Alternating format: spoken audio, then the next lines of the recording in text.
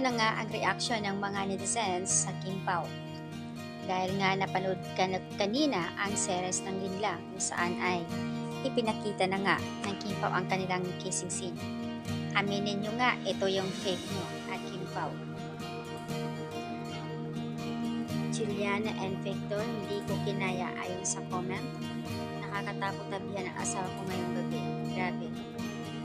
At in fairness naman, multitasking itong si Paulo. Sabon, shampoo, pinagsabay niya at toothbrush.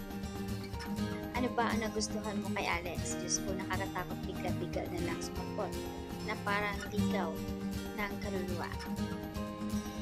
Huwag niyo na at Alex, huwag mo na akitin. Masaya na si Victor kay Juliana. Nakikita mo ba kanina ang scene nila? Grabe.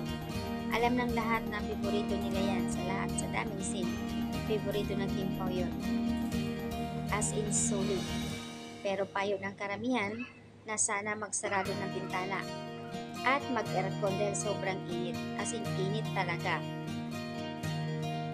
Yung pagsarado ng bintana, lagyan ng kortina para hindi sila masyadong makita. Obvious na pinapaigit ni Victor and Juliana ang ibang mga netizens. Nagpa-picture lang naman. So, ayan, nakakatuwa naman. At sa post naman ni Kim, na sinasabing maunang din lang si Juliana, kamukha lang daw yan ni Victor. Kakaiba daw itong si Victor. Siya nga itong nangungutong para lang magalit si Juliana. Mahaba lang naman daw ang pasensya ni Juliana. At syempre, mahal nga niya si Victor. Nakakalukang mga netizens dito yung comment nila. As in, yung comment talaga nila na kilig sa scene kanina na first time nangyari na mayroong ganitong scene with the Paulo Abilino.